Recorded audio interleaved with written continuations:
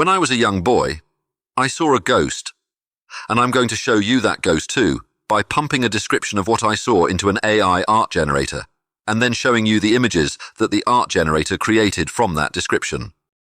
I'll be showing you 4 different images of that ghost during this video, all in different art styles, and all based on exactly the same description.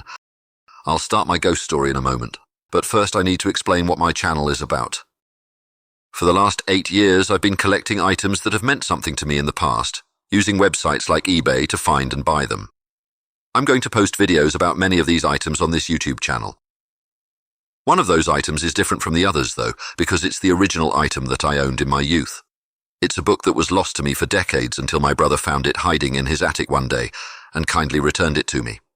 This book was a treasure of my youth because it dealt with 3 realms of the paranormal that fascinated me: monsters, UFOs, and ghosts.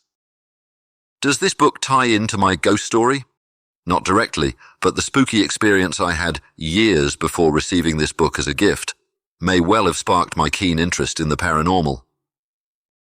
I can't remember exactly, but it would have been 1972 or 1973 when I saw that ghost. I'd have been 7 or 8 years old and living in a house that wasn't our family home. Our real home was being renovated, and my family was moved to another house a few streets away until the job was finished. This is a picture of that house. The large downstairs window belongs to the living room, or lounge, or family room. Call it what you will. But it was in that room that I saw the ghost. I know it was winter when I saw it because I remember the snow on the ground as I rode my bike home that day. I got off my bike and trampled through the snow in Wellington boots to the side door of the house and entered the kitchen. I then opened the adjoining door to the living room, where 2 of my older sisters were sitting and playing records. I stopped in my tracks when I entered the room for 2 different reasons. The first reason was that one of my sisters scolded me for walking on the living room carpet with my snow-caked boots on. My face may have been pointing towards my sister while she scolded me, but my eyes certainly weren't. They were drawn to the right, where another girl stood, a girl that I'd never seen before. She was in her teens, like my sisters.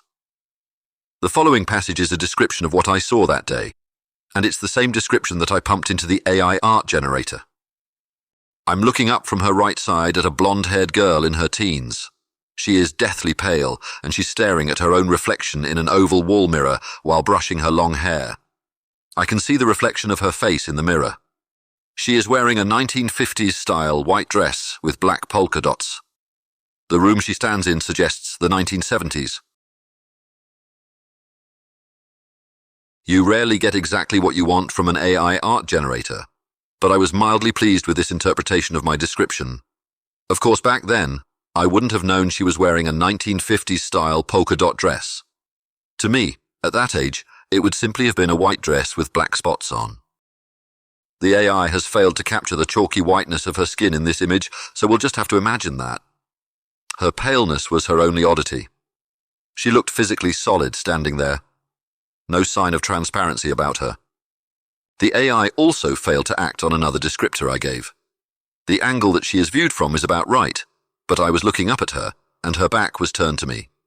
I would see her colourless face only in reflection. But there's something important that I've long forgotten. I forget if the mirror was a part of this ghostly apparition, or whether it was our mirror, in our makeshift house of the 70s. Why should that be important, though? What difference would it make if the mirror was real or not? I'm sure you've figured that out already, so I'll come back to that question at the end of the video. But now, I'll continue my story. I found it difficult to take my eyes off the girl as I turned and withdrew to the kitchen to take off my boots. I removed them as quickly as I could because I was curious about this strange new friend of my sister's.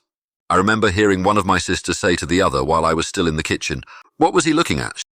I quickly entered the living room again and looked towards the girl, to find that she was no longer there. I looked to my sisters and asked, "Where did your friend go?" They replied, "What friend?" "The girl who was standing over there just now brushing her hair," I answered. Obviously, both of my sisters freaked out.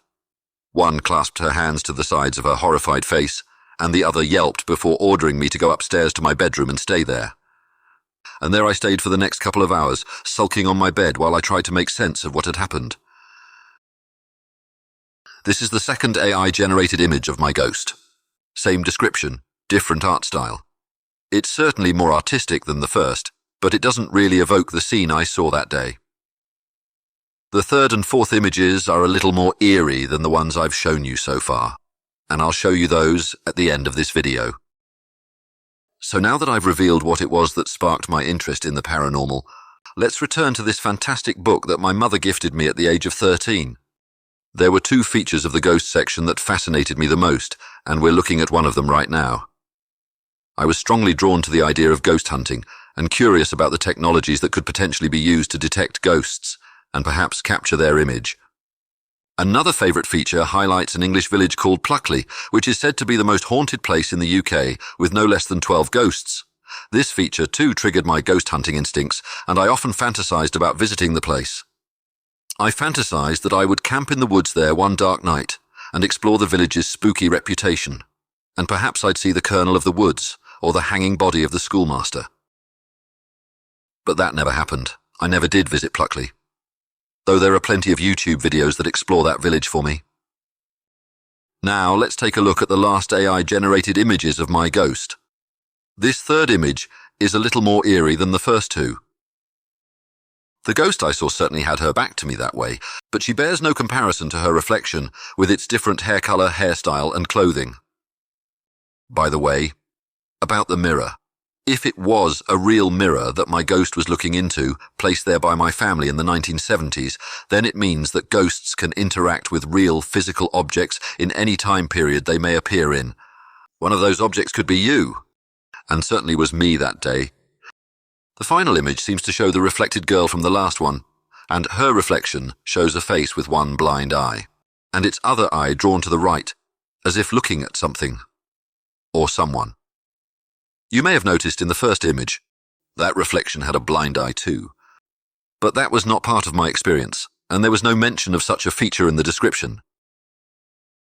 I'll be visiting this book twice more in future videos.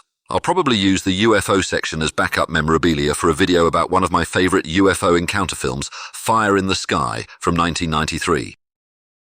And the monster section gives me an excuse to add the universal classic Frankenstein to my growing collection. If you enjoyed watching this video, then please consider clicking the like button and subscribing for more. My name is Ed, and I post regularly on this platform. You'll find a list of future uploads in the description section of my channel trailer. I also invite you to browse the channels that I'm subscribed to. You'll find many memorabilia and media-related channels there that may interest you. Thanks for watching.